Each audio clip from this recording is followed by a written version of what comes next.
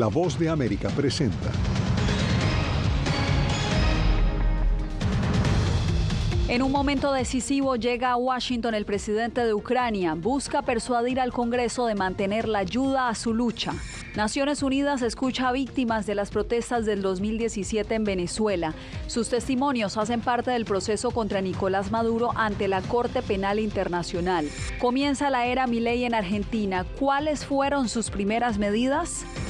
Y Estados Unidos impone sanciones contra 300 guatemaltecos por sus intentos de obstaculizar la posesión del presidente electo de Guatemala, Bernardo Arévalo.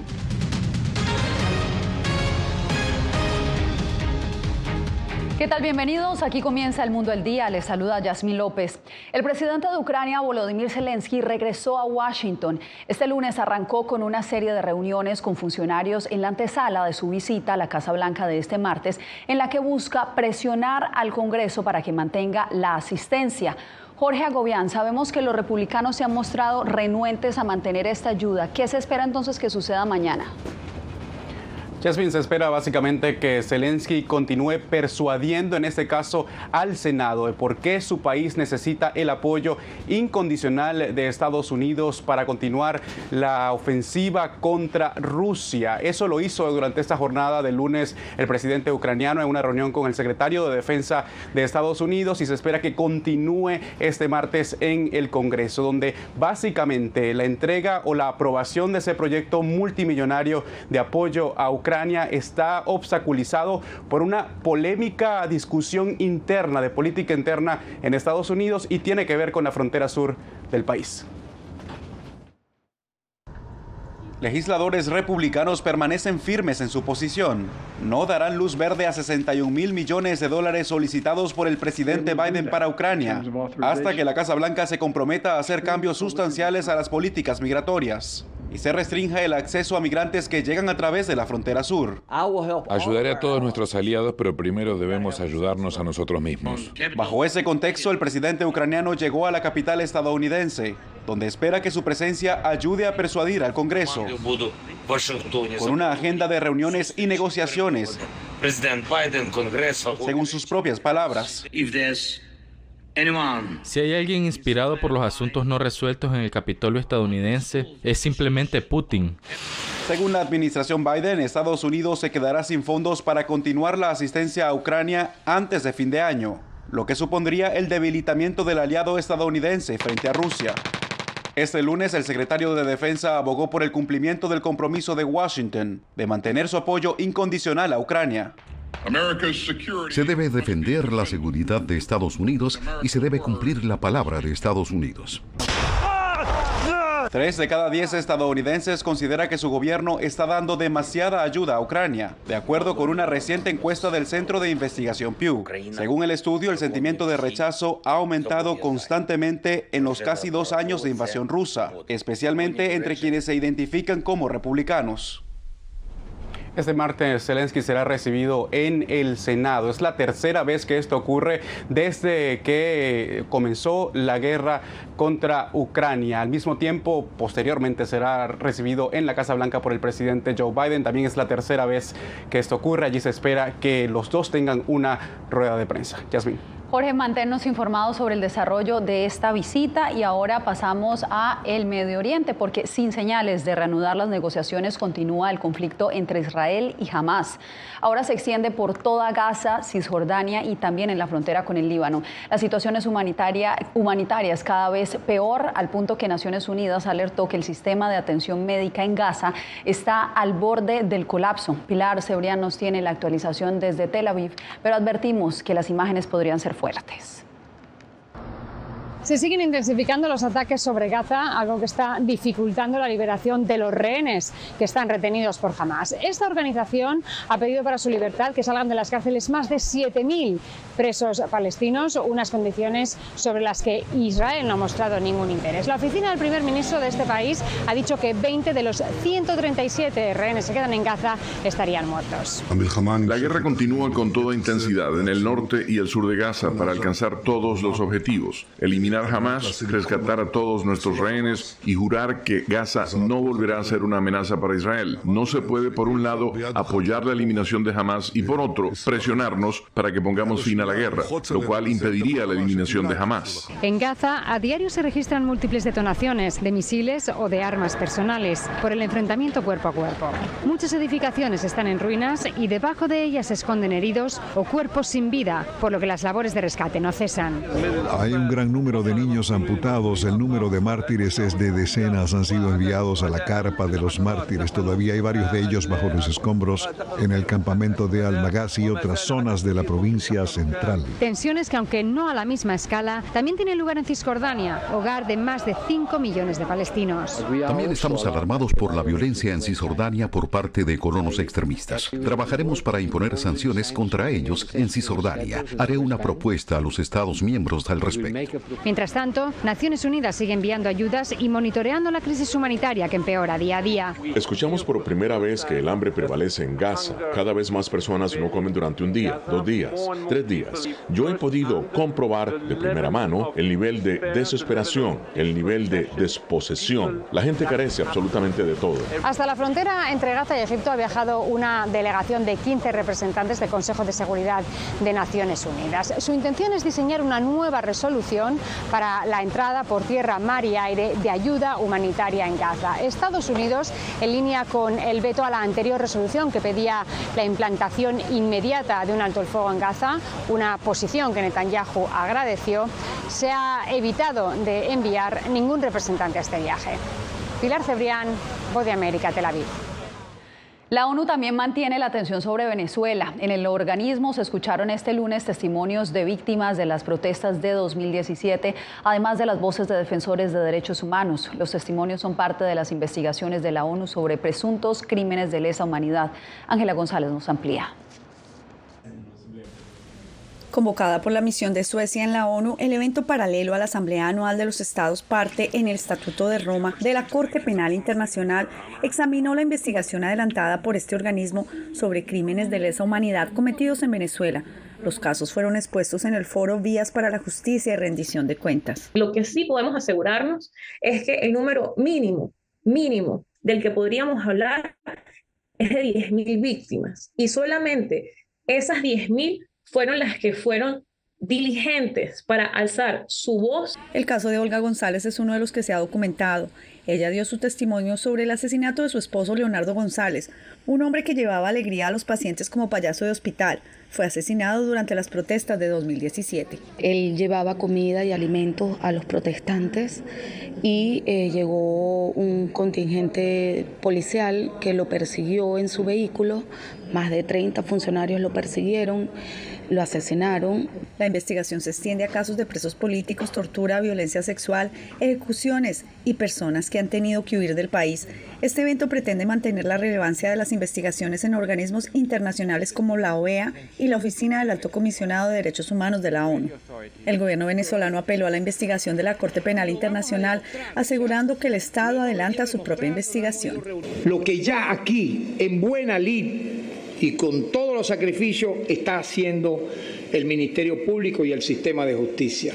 Sinceramente, no hace falta que investigue la Corte Penal Internacional. Se espera que el próximo trimestre se conozca un fallo sobre esta apelación por parte de la Corte Penal Internacional. Ángela González, Voz de América, Naciones Unidas, Nueva York. Y también el Consejo de Seguridad llevó a cabo una reunión para analizar la situación de la disputa territorial del Esequibo. Celia Mendoza nos tiene la información. El Consejo de Seguridad de las Naciones Unidas decidió no tomar acción inmediata tras una reunión a puerta cerrada pedida por Guyana después de que el gobierno de Nicolás Maduro llevara a cabo un referendo para pedir la región del Esequibo, rica en petróleo y minerales. El embajador de Ecuador ante la ONU y presidente temporal de este grupo explicó a La Voz de América por qué la abstención inicial de emitir decisiones sobre el caso. Siempre vamos a abogar por una solución pacífica de los conflictos, pero también creemos en el imperio de la ley y el derecho internacional. Estados Unidos ha sido claro en su posición frente al tema. Obviamente apoyamos la resolución pacífica de la disputa fronteriza entre Venezuela y Guyana y mantenemos absolutamente nuestro apoyo inquebrantable a la soberanía de Guyana. A lo que Nicolás Maduro, presidente de Venezuela, respondió. Viene el secretario de Estado del gobierno de Estados Unidos a decir que los venezolanos tenemos que aceptar el laudo arbitral de París de 1899. ¿A quién le hacemos caso? ¿Al imperio o al pueblo? Al cuestionar a Rob Redwood, subembajador de Estados Unidos ante la ONU sobre esta disputa, esto respondió. Nos preocupan las medidas que pueda tomar Venezuela. El presidente de Brasil, Lula da Silva, se comunicó con su homólogo venezolano mediante una llamada telefónica en la que le urgió a no tomar ninguna medida unilateral.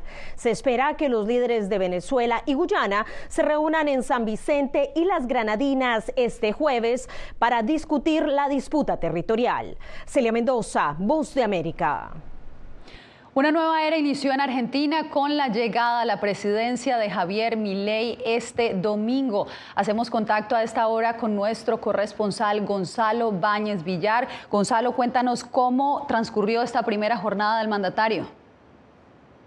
Buenas tardes, Yasmín. La primera jornada de Javier Milei ya como nuevo presidente argentino comenzó con una reunión de gabinete en donde Javier Milei dijo muy claramente: la reducción del gasto público no se negocia, y es así que la primera medida que anunció fue revisar todos los contratos estatales, absolutamente todos los contratos, obligar a la presencialidad de los empleados públicos y, como haya sucedido ayer, reducir también los ministerios nacionales. Después, obviamente, de la asunción de ayer, una jornada histórica a 40 años del regreso a la democracia en la República Argentina.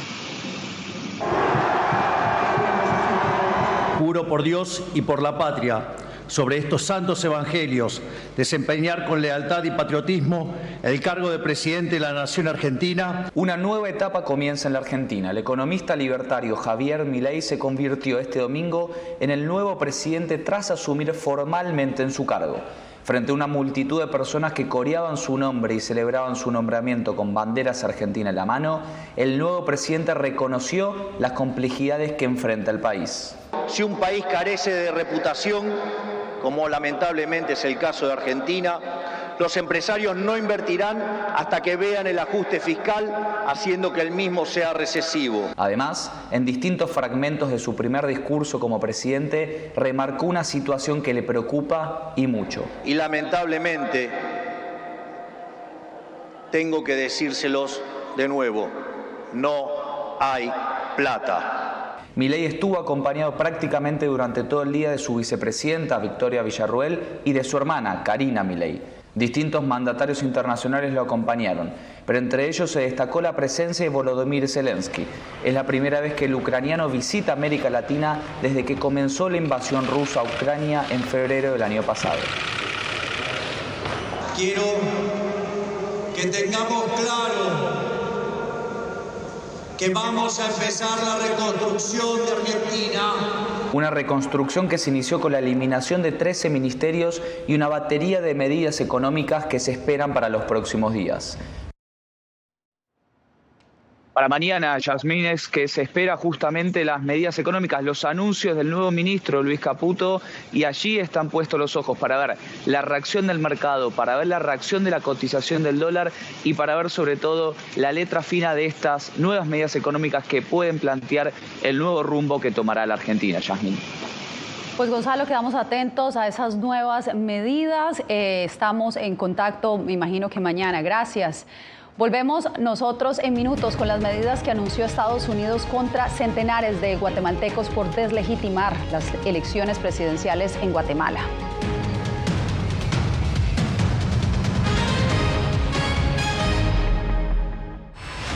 ¿Hay un dicho sobre Chile? Periodismo, la prensa libre importa, una coproducción de La Voz de América y Mega Noticias. En Chile hay libertad de expresión, pero que no hay donde expresarla. Disponible en vozdeamerica.com.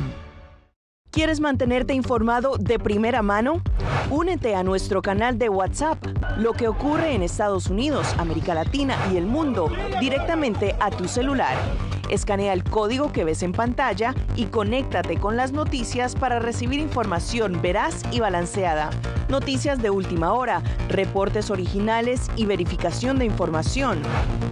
Porque en La Voz de América, la prensa libre importa. Soy Jorge Agobián, corresponsal de La Voz de América en la Casa Blanca. Nuestro trabajo es conectar a Latinoamérica con Washington. Aquí somos la voz, oídos y ojos de nuestro continente para reportar lo que se decide en Estados Unidos e impacta en nuestros países. Traemos a esta sala de prensa las preguntas que la gente se hace y hablamos en un lenguaje sencillo para explicar las políticas globales, sus defensores y detractores. Y lo entregamos a nuestra audiencia para que saque sus propias conclusiones. Porque en La Voz de América, la prensa libre importa. Siento miedo de ejercer periodismo. Periodismo, la prensa libre importa, una coproducción de La Voz de América y Teleamazonas. Siento miedo de decir que soy periodista. Disponible en vozdeamerica.com. ¿Cómo decidió este grupo de hombres no acabar con la civilización? Presentamos De Yalta a Malta, una serie documental que analiza las relaciones y amistades entre los líderes de la Guerra Fría. Cómo interactuaron, cuándo se conocieron y llegaron a discutir el destino del mundo. Es un lado de la historia que usted necesita ver. De Yalta a Malta. Vean los 5 episodios ahora mismo en VOA Plus.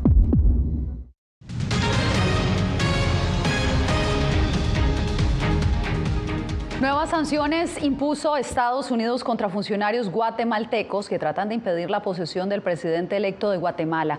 A poco más de un mes para el cambio de gobierno, crece la incertidumbre ante las recientes acusaciones hechas por el Ministerio Público contra el presidente electo y su partido. Eugenia Sagastume nos acompaña desde Ciudad de Guatemala. Eugenia, cuéntanos a quiénes impactan estas sanciones y qué reacciones se han generado en tu país. Yasmín, se trata de la mayor restricción de visas emitida por el Departamento de Estado de Estados Unidos. Según el comunicado emitido hoy, se trata de casi 300 guatemaltecos que no podrán ingresar a Estados Unidos y entre ellos se habla de más de 100 diputados del Congreso de la República y algunos empresarios. Esto se suma a otras reacciones que han surgido a raíz de la revelación de nuevos detalles en la investigación que el Ministerio Público sigue contra el presidente electo y su partido. Las reacciones continúan surgiendo tras conocerse nuevos detalles de la investigación que el Ministerio Público realiza contra el partido del presidente electo, Movimiento Semilla. Estados Unidos anunció restricciones de visa a casi 300 ciudadanos guatemaltecos, incluidos más de 100 miembros del Congreso guatemalteco, así como representantes del sector privado por socavar la democracia y el Estado de Derecho. Asimismo, la Unión Europea dijo que están preparando sanciones contra los responsables de lo que califica un intento de golpe de Estado en Guatemala. Bernardo Arévalo enfrenta ahora un nuevo intento por quitarle la inmunidad que le confiere el cargo de presidente electo por una supuesta transacción bancaria sospechosa.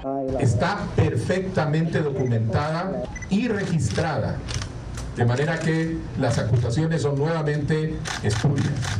El Tribunal Supremo Electoral asegura que los resultados de las elecciones generales están oficializados y son inalterables, pero las cosas se complicarían con una orden de la máxima Corte Constitucional del país. Salvo una sentencia que devenga de la Corte de Constitucionalidad, que nos pueda a nosotros decir que podamos anular una elección. Congresistas estadounidenses que visitaron Guatemala también reaccionaron. Parece que es un momento de gran peligro para Guatemala y el pueblo. Este lunes un grupo de abogados pidió a la Corte de Constitucionalidad que garantice la toma de posesión de las autoridades electas el 14 de enero de 2024. También el Movimiento Semilla ha indicado que analizan nuevas acciones para evitar que estas acciones del Ministerio Público puedan tener un efecto negativo en la toma de posesión programada para enero. Te agradezco, Eugenia. Y ahora cambiamos de información.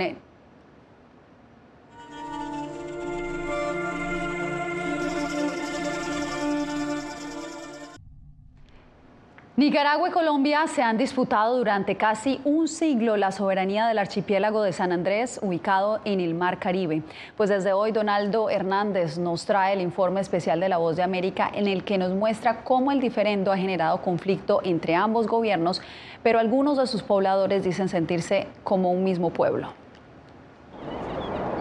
El paradisíaco archipiélago de San Andrés, Providencia y Santa Catalina pertenece a Colombia, pero hace más de 200 años pertenecía al Reino de la Mosquitia, el cual comprendía las costas caribeñas de Honduras y Nicaragua.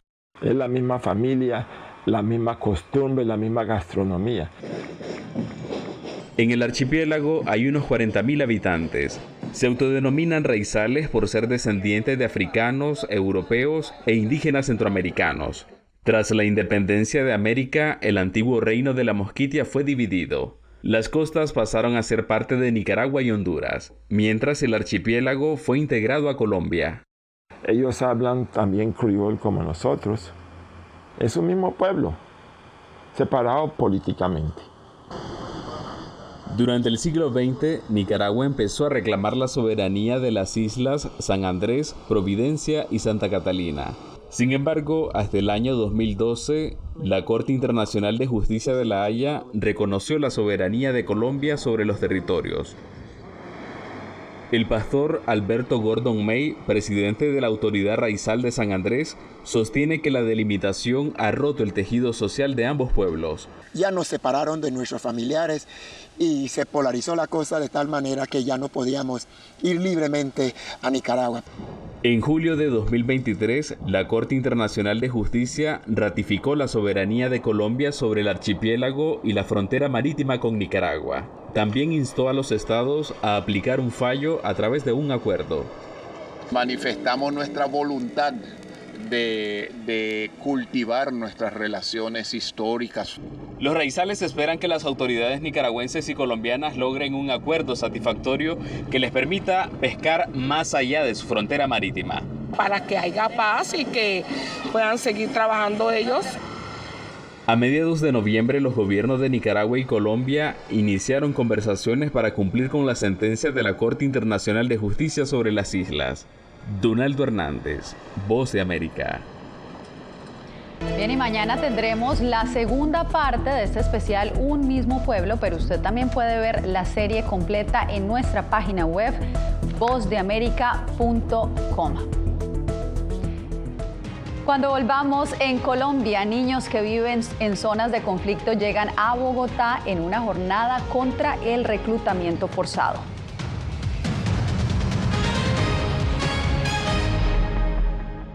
Soy Gonzalo Abarca, presentador de La Voz de América. Cada semana, desde nuestro programa Foro, programa de análisis y debate, vamos más allá de la noticia, con los temas de interés que ocurren en Estados Unidos e impactan en toda la región. Desde La Voz de América, tengo el privilegio de moderar debates y confrontar ideas diferentes. Así nuestra audiencia se puede formar su libre opinión y tomar sus decisiones bien informadas. Porque en La Voz de América, la prensa libre importa. El crimen organizado asesinaba a los chicos y luego cremaba los cuerpos. Periodismo, la prensa libre importa, una coproducción de La Voz de América y Latina. Así que es complicado hablar acá de libertad de expresión. Disponible en vozdeamerica.com.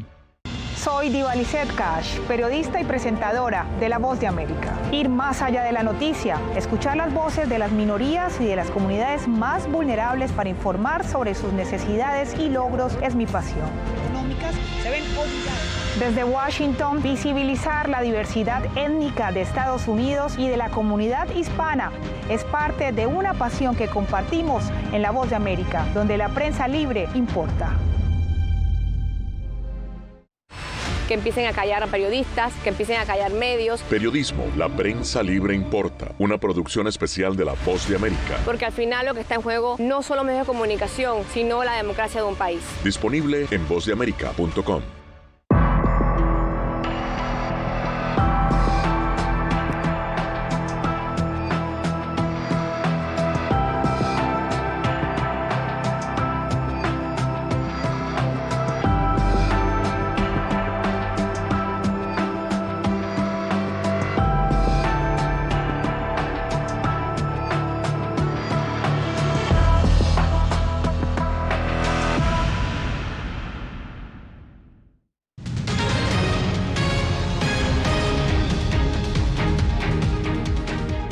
El fiscal especial de Estados Unidos que procesa al expresidente Donald Trump por presuntamente intentar anular su derrota en las elecciones del 2020 pidió este lunes a la Corte Suprema que inicie una revisión acelerada sobre la inmunidad del exmandatario.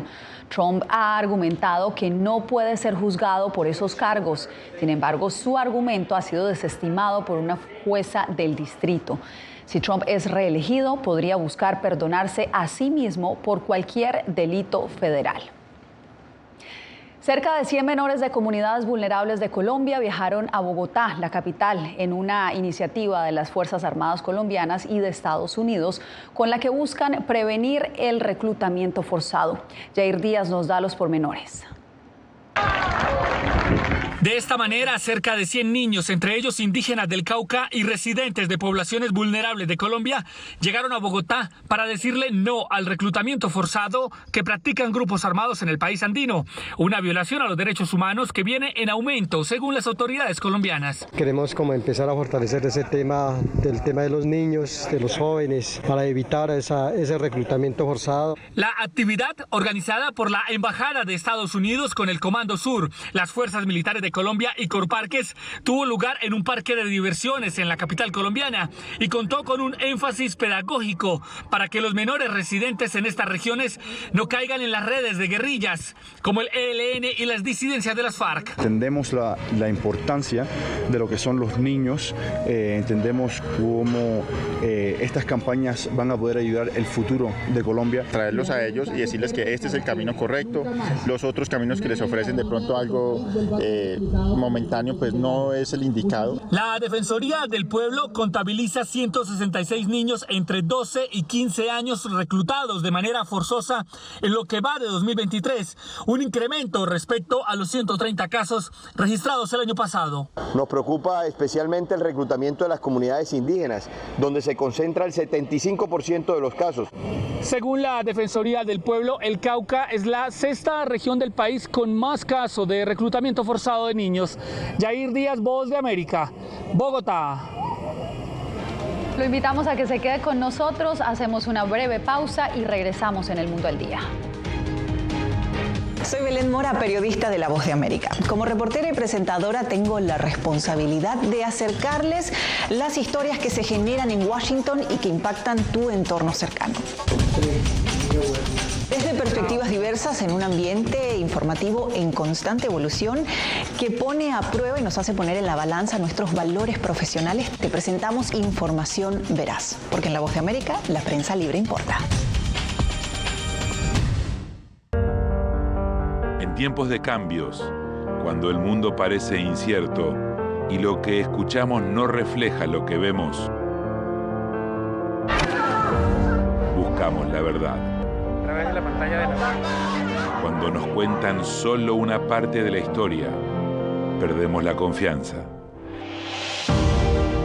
En momentos de crisis, nuestros sueños, esperanzas y deseos de un mejor mañana dependen de una prensa libre. En La Voz de América te traemos las historias que la gente se arriesga a ver. Conectamos el mundo y lo unimos con la verdad.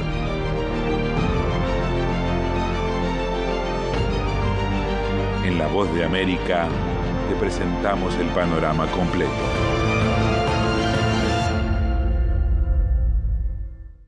Soy Jacopo Luzzi, reportero de La Voz de América aquí en Washington, D.C. Ya sea informando desde el Capitolio, desde la Casa Blanca, cubriendo el impacto del cambio climático, el impactante tema migratorio, o subir en un avión y cruzar medio mundo para estar en el lugar de la noticia con la información precisa y veraz, este es mi compromiso como periodista. Un compromiso de vida profesional que comparto con ustedes, porque en La Voz de América la prensa libre importa.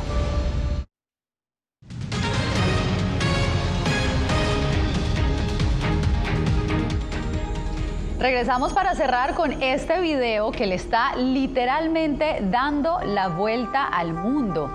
En él se aprecia una enorme ballena nadando en aguas de una playa en Port Beach, Australia. Según testigos, el mamífero se unió a los nadadores por al menos 1 hora y un dron logró captar el momento exacto en el que algunos de ellos incluso se atreven a tocarla. La imagen es impresionante, pero para algunos también preocupante por la seguridad de la ballena al verla llegar a aguas tan poco profundas. Nos despedimos con esta bella imagen. Nos vemos nuevamente mañana. Les informó Yasmín López.